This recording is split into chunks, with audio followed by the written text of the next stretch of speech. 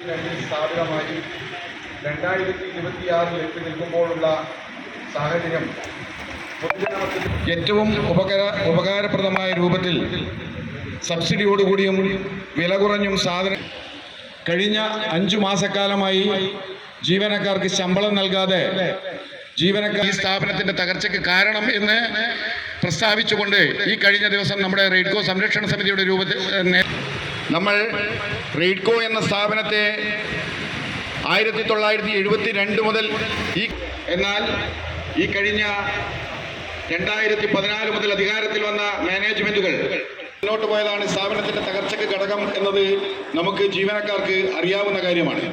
നമുക്കറിയാം, നമ്മുടെ ഇന്ന് ഇവിടെ ഉദ്ഘാടനമായിരിക്കുന്ന കാലഘട്ടത്തിൽ സർക്കാർ തലത്തിൽ ഇടപെട്ടുകൊണ്ട് റെയ്ഡ്കോയ്ക്ക് അനുകൂലമായ ഉത്തരവുകൾ വാങ്ങിയ കാലഘട്ടത്തിലേക്ക് നയിക്കാനുള്ള പ്രധാന ഘടകമായി മാറിയിരുന്നത്. നമുക്കറിയാം, സുപ്രീം കോടതി വരെ സ്വകാര്യക്ക് അനുകൂലമായി ഗവൺമെന്റ് ഇറക്കിയ ഉത്തരവിനെ ലംഘിച്ചുകൊണ്ട് അതിനെ മറികടക്കുന്നതിന് വേണ്ടി കോടതി മുഖാന്തരം ഒരുപടി റെയ്ഡ്കോയ്ക്ക് അനുകൂലമായ സബ്സിഡിയുള്ള സാധനങ്ങൾ റെയ്ഡ്കോയിൽ നിന്ന് വാങ്ങാൻ വേണ്ടി ഉത്തരവ് സർക്കാരിൽ നിന്ന് അന്ന് എനിക്ക് തോന്നുന്നു കണക്കിന് ശാപം എന്നുള്ള രൂപത്തിൽ പ്രതിപാദിച്ചുകൊണ്ട് മുന്നോട്ട് പോകുന്ന ഭരണസമിതി. നമുക്കറിയാം, ഈ കഴിഞ്ഞ ദിവസങ്ങളൊക്കെ ഇവിടെ പ്രശ്നങ്ങളിൽ കൃഷിക്കാരെ സഹായിക്കാൻ കഴിയുന്ന,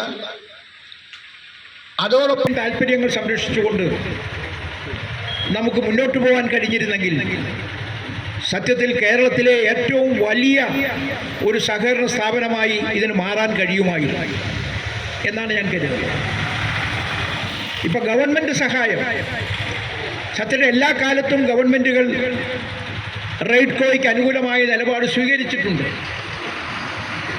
റെയ്ഡ്കോയെ സഹായിക്കാൻ ഗവൺമെൻറ്റുകൾക്ക് താല്പര്യക്കുറവൊന്നും ഉണ്ടായിരുന്നില്ല. പക്ഷേ ഗവൺമെൻറ്റുകളെ നമ്മൾ സമീപിക്കേണ്ടതുപോലെ സമീപിച്ചാൽ, അവരെ കാര്യങ്ങൾ ബോധ്യപ്പെടുത്തിയാൽ, ഏത് ഗവൺമെൻറ് ആണെങ്കിലും അത് LDF-ൻ്റെതാവട്ടെ UDF-ൻ്റെതാവട്ടെ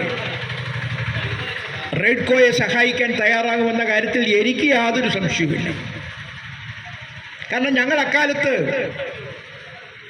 റെയ്ഡ്കോയ്ക്കൊരു പ്രയോറിറ്റി കിട്ടണം, യന്ത്രവൽക്കരണ രംഗത്ത് നമുക്ക് കൃഷിക്കാർക്ക് സാധനങ്ങൾ കൊടുക്കുമ്പോൾ അതിനൊരു ഗവൺമെൻറ് പ്രയോറിറ്റി വേണമെന്ന് ആവശ്യവുമായി അന്നത്തെ കൃഷിമന്ത്രിയായിരുന്ന ശ്രീ തങ്കച്ചനെ ഞങ്ങൾ കാണുകയുണ്ടായി.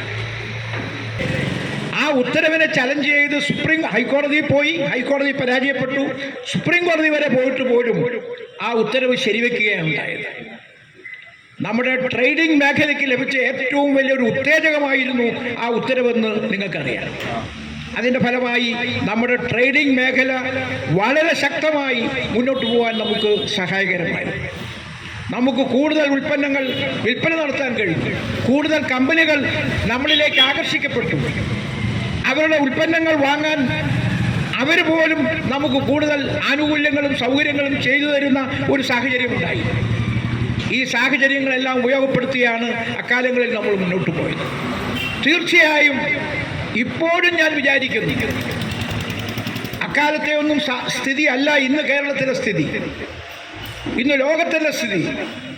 ഈ മാറിയ സാഹചര്യത്തിൽ എന്തിനും ഏതിനും സൗകര്യങ്ങളുള്ള, അതിനെല്ലാം വളർന്നു വരാനുള്ള സാഹചര്യങ്ങൾ ഒരുക്കാൻ കഴിയുന്ന അന്തരീക്ഷം, ഭൗതികമായ അന്തരീക്ഷം ഇന്ന് ലോകത്തിൽ വളരെയേറെ മാറിയിട്ടുണ്ടെന്ന് നിങ്ങൾക്കറിയാം. ഈ